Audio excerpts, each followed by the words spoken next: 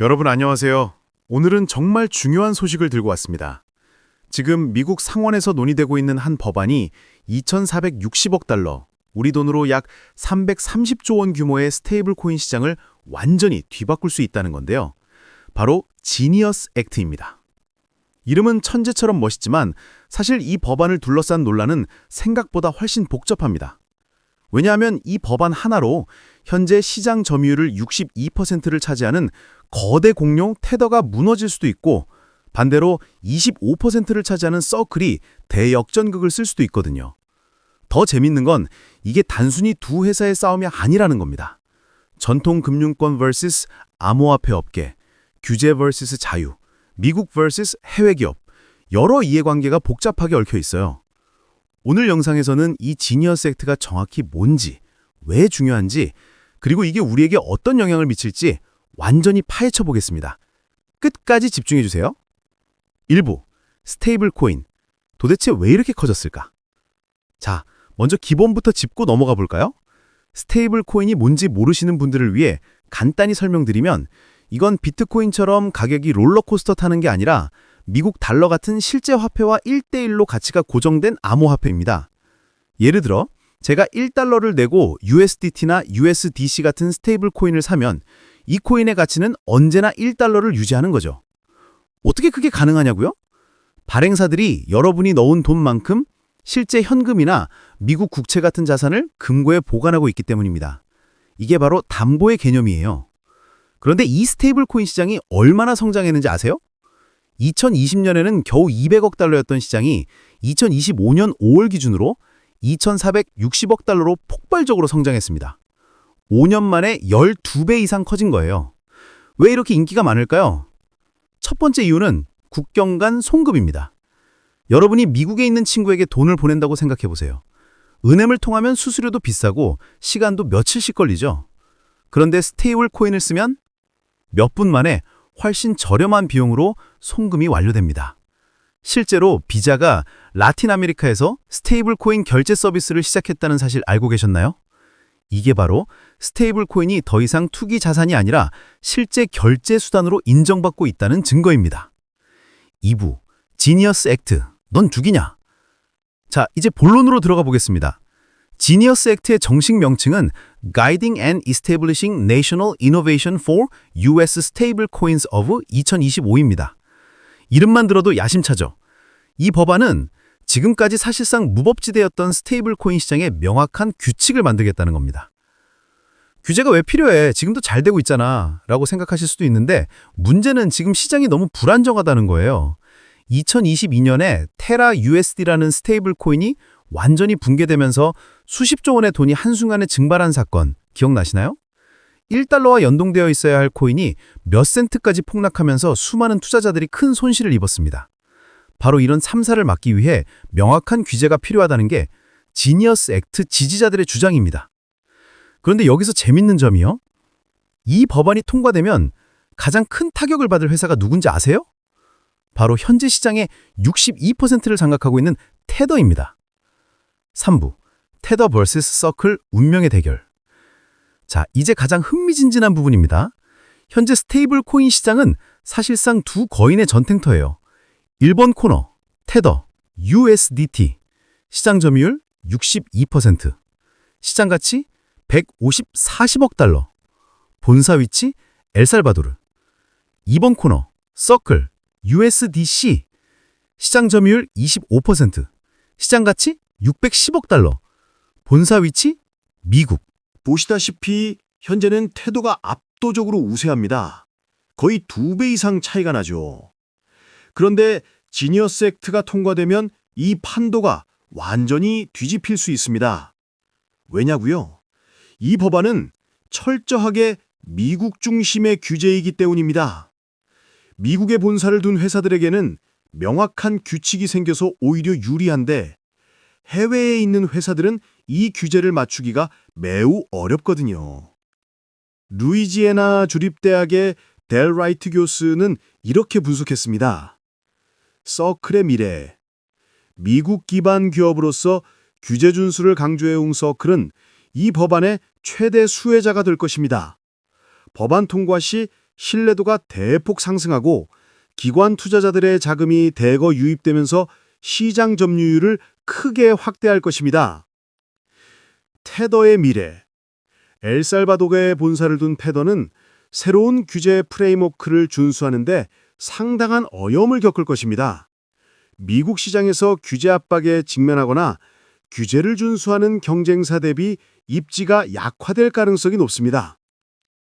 쉽게 말하면 게임의 룰이 바뀌면서 1등이었던 선수가 갑자기 불리해지고 2등이었던 선수에게 유리해진다는 거죠. 이게 얼마나 큰 변화냐면 330조 원 시장의 판도가 완전히 재편될 수 있다는 겁니다. 4부. 누가 좋아하고 누가 싫어할까? 그렇다면 이 법안을 둘러싼 진영은 어떻게 나뉠까요? 일단 법안을 환영하는 측을 보겠습니다. 첫째, MIT의 크리스티안 카탈리니 교수 같은 학자들은 이렇게 말합니다. 명확한 규제는 소비자 신뢰를 높이고 스테이블 코인이 진짜 주류 결제 수단으로 자리 잡게 해줄 겁니다. 두 번째, JP모건이나 도이체뱅크 같은 전통 금융기관들도 긍정적입니다.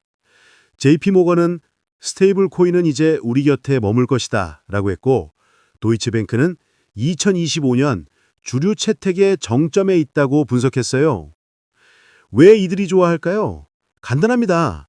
지금까지는 규제가 없어서 함부로 진입하지 못했는데 법이 생기면 떳떳하게 스테이블 코인 사업에 뛰어들 수 있거든요. 월스트리트의 거대 금융사들이 본격적으로 시장에 진입하면 산업 전체가 더 크게 성장할 거라는 기대감이 있는 거죠. 반면 강력하게 비판하는 목소리도 있습니다. 비영리 단체 베터마켓츠의 아만다 피셔 이사는 이 법안이 위험할 정도로 취약하다고 경고합니다. 이 법안은 소비자 보호 장치가 충분하지 않습니다.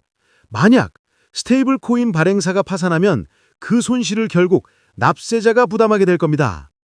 이건 암호화폐발 구제명이에요. 아메리칸 대학의 힐러리 알렌 교수는 더 날카롭게 비판합니다. 이 법안은 암호화폐 산업이 선거자금으로 쏟아부은 돈에 대한 투자 수익입니다.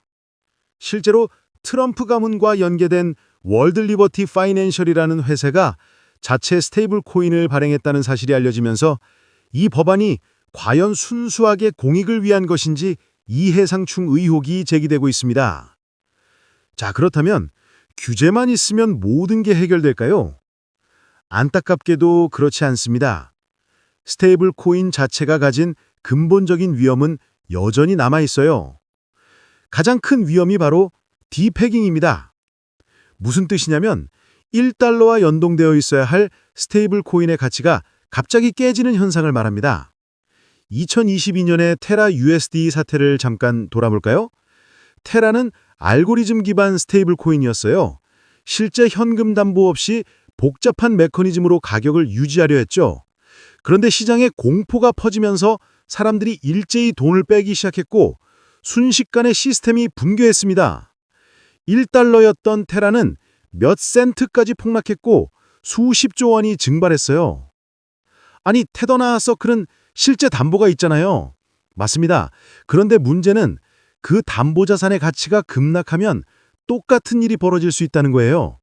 예를 들어 발행사가 보유한 미국 국채 가격이 폭락하거나 은행이 파산하면 담보 가치가 떨어지면서 디패깅이 발생할 수 있고, 그러면 사람들이 패닉에 빠져서 동시에 돈을 빼려고 할 겁니다.